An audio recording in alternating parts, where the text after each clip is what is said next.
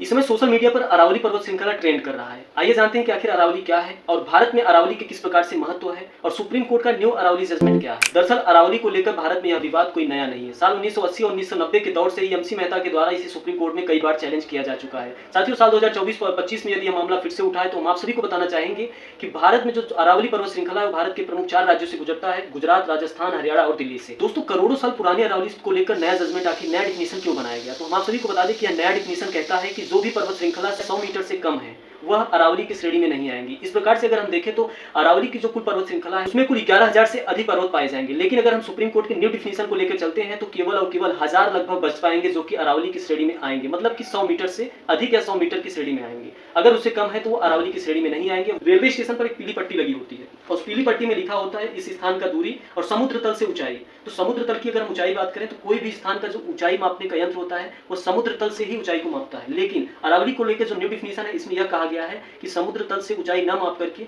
भूमि तल से, मतलब कि पर्वत श्रृंखला की जो समतल भूमि है वहां से ऊंचाई मापी जाएगी। तो यह तो पूरी तरह से गलत है। और दोस्तों, अगर इस प्रकार से अरावली को माइनिंग किया गया तो बहुत ही बड़ा प्राकृतिक नुकसान भी झेलना पड़ेगा, जिसमें जंगल कट जाएंगे, वहां पे जानवर बेघर हो जाएंगे और बहुत ही सारी प्राकृतिक समस्याएं उत्पन्न होंगी और वहां से जो तेज हवा बालू के कणों को लेकर आएगी वो उत्तर भारत तक को प्रभावित करेगी। अब दोस्तों, आप कमेंट बॉक्स में ये जरूर बताइएगा कि आखिर अरावली को लेकर जो न्यू डिफिनेशन है यह किस प्रकार से गलत है। जय हिंद।